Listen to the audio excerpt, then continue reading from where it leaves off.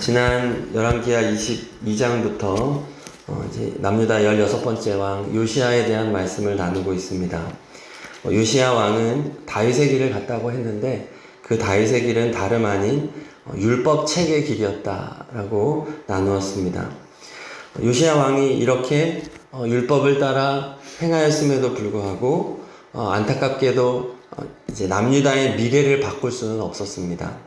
하나님께서는 므낫세의 죄악으로 말미암아 이제 남유다를 반드시 멸망할 것이다 라고 하셨어요. 자, 그렇다면 요시야 왕은 끝났구나, 소망이 없구나 하고 그냥 이렇게 지내도 됩니다. 그러나 오늘 23장에서 요시야는 놀라운 종교개혁을 단행합니다. 종교개혁하면 히스기야가 떠오르죠. 히스기야의 종교개혁, 이제 또 요시야의 종교개혁, 이제 이 두 사람의 종교개혁이 유명한데, 히스기야의 종교개혁은 오랫동안 타락한 남유다에서 이제 최초로 이제 시행된 신앙개혁 운동이었다는 점에서 그 의미가 큽니다. 또 히스기야의 기도, 종교개혁의 이제 시초였다는 점에서 히스기야의 종교개혁이 가지는 의미가 크고요. 그러나 내용적으로 보았을 때 이 두 이제 종교개혁을 비교해 본다면 히스기야는 예루살렘과 일부 북쪽 지역에 한정되어 있는 단기간의 부흥이었어요. 그리고 후반기에는 약화되었다는 아쉬움이 있습니다.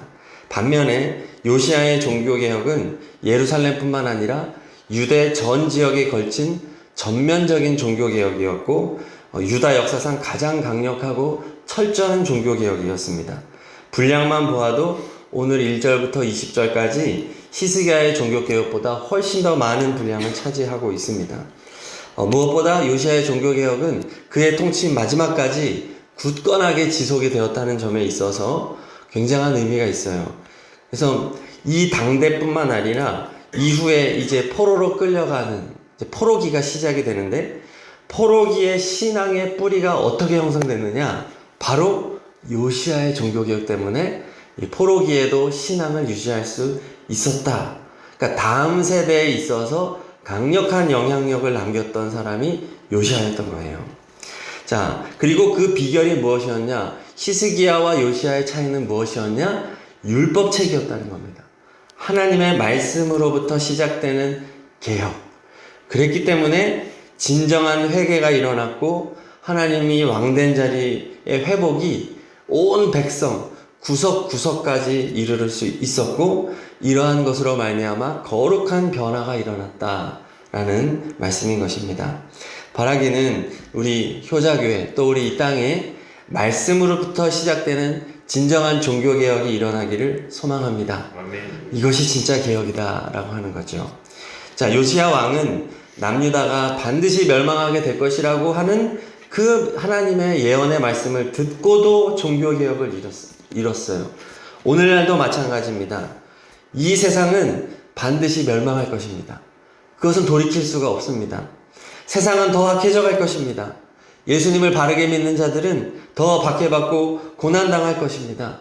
그러나 우리는 오늘 요시야를 기억해서 하나님의 말씀을 붙잡고 나아간다면 이 시대에도 놀라운 신앙 개혁을 이루실 줄로 믿습니다. 그리고 더 악해져가는 세상 가운데 우리의 자녀들이 그 악한 세상 포로와 같은 생활을 한다 할지라도 굳건하게 믿음 위에 서는 그 기틀이, 우리의 당대에 그 기틀을 쌓아놓는 우리가 되기를 간절히 소망합니다. 오늘 그 도전을 우리에게 주는 것이죠. 자, 그래서 1절에, 오늘 23장으로 가서 1절에 보면은 유다와 예루살렘의 모든 장로들을 다 모아요. 자, 그리고 이제 2절 읽겠습니다. 2절. 이에 왕이 여호와의 성전에 올라가매 예루살렘 주민과 제사장들과 선지자들과 모든 백성이 노소를 막론하고 다 왕과 함께 한지라. 왕이 여호와의 성전 안에서 발견한 언약책의 모든 말씀을 읽어 무리의 귀에 들리고. 아멘. 다 모으죠. 다 모아서 뭐 합니까?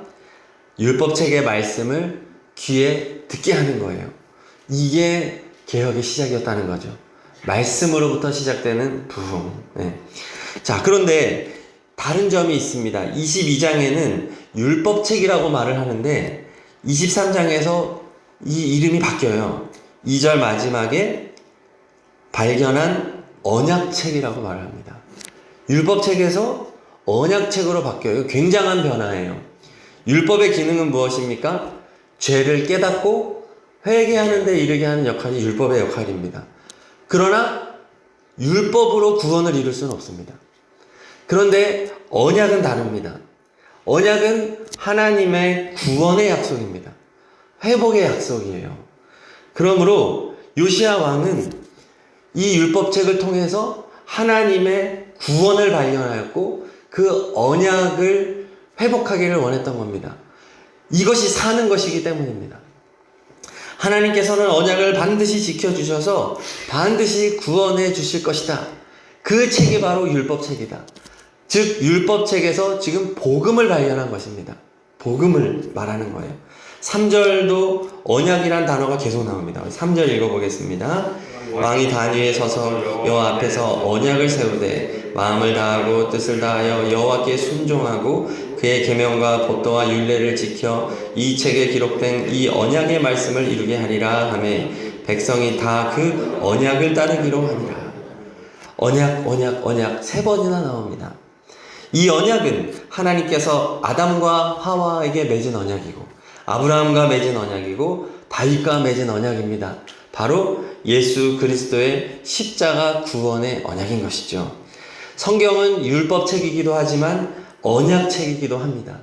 율법으로 인하여 우리의 죄를 고발하고 우리를 회개하게 인도하기도 하지만 언약책, 복음의 책이기도 해서 궁극적으로 우리를 예수 그리스도의 십자가 구원의 자리로 우리를 인도하는 책, 바로 언약책이라고 하는 것이죠. 그것이 근본이 되었기 때문에 진정한 종교개혁을 이룰 수 있었다는 것입니다. 복음을 붙잡고 나아갔기 때문이죠. 자, 그래서 오늘 요시야의 종교개혁의 절정, 그 끝판왕이 나오는데 바로 21절을 읽겠습니다. 21절 읽겠습니다. 시작. 왕이 뭇 백성에게 명령하여 이르되 이 언약책에 기록된 대로 너희의 하나님 여호와를 위하여 유월절을 지키라. 자, 유월절을 지키라. 이게 종교개혁의 절정입니다. 그 평가가 22절입니다. 22절. 사사가 이스라엘을 다스리던 시대부터 이스라엘 여러 왕의 시대와 유다 여러 왕의 시대에 이렇게 유월절을 지킨 일이 없었더니 사사 시대 이후로 최상의 유월절을 지켰다 입니다. 이것은 뭐 대대적인 행사를 열었다가 아니에요. 그냥 보면 큰 행사로 유월절을 했나 보네 라고 착각할 수 있지만 그게 아니라 요시야 왕이 유월절을 지킨 지 맥락이 중요한 겁니다. 율법으로서의 유월절을 지킨 게 아니라 언약으로서의 율법책을 지켰다는 얘기예요. 유월절의 의미가 무엇이죠? 어린 양 예수 그리스도의 십자가 보혈, 어린 양의 피를 바른 그곳에는 하나님의 심판이 넘어가게 된다. 유월된다. 이게 유월절의 의미잖아요. 그러나 그동안 이스라엘은 이 유월절에 담겨진 진정한 의미를 상실한 채 형식적이고 종교적이고 율법적으로 이 유월절을 지켰던 것이고 지금 이 당대에는 유월절이 잊혀진 시대였다는 거예요. 유대인들은 지금도 철저하게 유월절을 지킵니다. 그러나 그들은 전통과 규칙 속에서 종교적인 유월절을 지키는 것이지 그 안에 담겨져 있는 예수 그리스도의 대속의 은혜, 십자가 보혈은 전혀 기념하지 못하고 있어요. 하지만 요시야 왕은 유월절의 진정한 의미인 언약, 하나님의 구원의 언약, 예수 그리스도의 십자가 보혈의 언약을 붙잡고 지켰기 때문에 최상의 유월절을 지켰다는 거죠. 자, 그리고 유월절에 대해서 조금 더 살펴볼 필요가 있는데 유월절은 무교절과 붙어 있습니다. 히브리 달력으로 니산월 14일, 15일이 유월절이고 그리고 15일부터 7일 동안 무교절이 연이어서 이어집니다. 그래서 이제 유월절을 이틀 지키고 바로 누룩 없는 빵을 먹는 절기가 무교절입니다. 굉장히 중요합니다. 누룩 없는 빵, 그러니까 이스트, 베이킹 파우더, 발효된 곡물류 누룩 자체를 절대로 먹어서는 안 되는 일주일이에요. 출애굽기 12장에 그 규정이 나와 있습니다. 그런데 이 무교절을 지키기 위해서는 온 이스라엘이 지금도 대대적인 마을 행사를 합니다. 왜냐하면 집 안과 생활 공간에 이 누룩을 철저하게 제거해야 되기 때문에 그런 거예요. 먼저 대청소를 합니다. 가족이 온 집안을 깨끗이 다 청소해요. 특히 부엌, 찬장, 식기, 누룩이 있을 수 있는 모든 것을 뒤집니다. 솥이란 솥은 다 삶고 먼지와 곰팡이 다 제거합니다. 심지어 옷과 침구와 커튼과 카펫까지 다 세탁하고 오래된 물건은 교체합니다. 절대로 누룩이 있지 않게 하기 위해서. 또 가족이 모여서 이제 게임처럼 구석구석을 돌면서 빵 부스러기, 하여튼 이런 누룩 찾기, 이런 잔치를 하는 거예요. 철저하게 누룩 없는 일주일을 보낸다. 자, 이 누룩이 상징하는 게 뭘까요? 불신앙이죠. 이 누룩이 상징하는 것은 예수님 이외의 모든 것들을 상징하는 겁니다.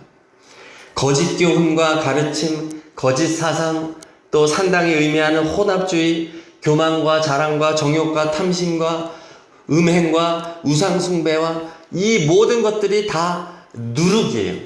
그러므로 유월절을 온전히 지키기 위해서, 예수 그리스도의 십자가 보혈을 온전히 감사하기 위해서 반드시 행해야 하는 것이 무엇이냐 하면 예수님이 기뻐하시지 않는 모든 것들을 철저하게 다 없애버리라는 거예요.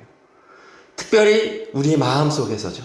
내 마음속에 있는 자그마한 죄악까지도 다 찾아내어 다 내어버리는 기간, 그것이 바로 무교절이에요. 그런데 유대인들은 지금도 종교적으로만 이 의미를 행하지 신앙적으로는 이거를 지키지 못하고 있는 건데, 요시야 왕이 행한 종교개혁은 지금 1절부터 20절까지 읽은 내용이 다 누룩을 제거하는 행동이었던 거예요. 지금 요시야 왕은 앞부분에서 누룩을 완전히 제거하는 무교절을 철저하게 준비했다는 거예요. 지금 읽었던 구절들을 하나하나 읽기도 그럴 정도로 얼마나 철저하게 다 긁어서 완전히 끝장내버립니까? 무교절을 철저히 준비한 왕이었다는 거예요. 그리고 유월절을 대대적으로 최상의 유월절을 지키고 그 다음에 일주일 동안 무교병을 먹는 게 뭐예요? 무교병은 예수 그리스도의 살을 의미하는 것이죠. 이제는 예수님의 살과 피를 먹고 마시며 주님과 하나 되어 동행하는 삶을 살아가는 것을 말하는 거예요. 그렇기 때문에 엄청난 하나님의 인정과 칭찬이 오늘 말씀에 기록되어 있었던 것입니다. 유월절에 담겨져 있는 영적 의미를 정확하게 이해한 왕이었다. 무교절, 유월절을 완벽하게 지키고 하나님의 언약을 기억하고 예수 그리스도를 온전히 높였기 때문에 최고의 칭찬을 받게 된 거죠. 25절을 읽겠습니다. 마지막으로 25절. 요시야와 같이 마음을 다하며 뜻을 다하며 힘을 다하여 모세의 모든 율법을 따라 여호와께로 돌이킨 왕은 요시야 전에도 없었고 후에도 그와 같은 자가 없었더라. 네, 물론 이제 이 말은 뭐 다윗보다도 좋았다 뭐 이런 비교형이 아니에요. 이스라엘이 이렇게 타락한 속에서 회복시키고 하나님의 말씀으로 복음으로 회복시키는 데 있어서 가장 탁월했다라는 것이지, 이제 뭐 다윗보다도 낫고 이제 어떤 비교형을 하는 의미는 아닙니다. 하지만 엄청난 평가죠. 엄청난 칭찬이죠. 오늘날 우리도 이런 칭찬받기를 소망합니다. 절기에 교회에 나와 예배드리는 것도 중요하지만 더 중요한 것은 그 의미를 바르게 알고 예배드리는 것입니다. 지금 우리는 유월절을 기념하지 않습니다. 우리는 모든 예배가 유월절인 줄로 믿습니다. 우리는 날마다 예수 그리스도의 십자가 대속의 은혜를 기억하며 주님 앞에 나와 내 삶의 모든 누룩들을 철저히 제거하며 날마다 회개하며 오직 예수님 바라보며 주님이 우리에게 알려주신 말씀 따라 가는 거죠. 우리는 이것만 하면 되는 겁니다. 그러면 주님이 우리를 칭찬해 주실 줄로 믿습니다. 아멘. 하나님이 오늘날도 이러한 예배 회복, 6월절의 회복을 간절히 원하고 계신 줄로 믿습니다. 아멘. 이런 요시야 왕과 같은 평가를 받는 우리 교회, 우리 가정, 이 땅의 교회들 되기를 간절히 소망합니다. 아멘.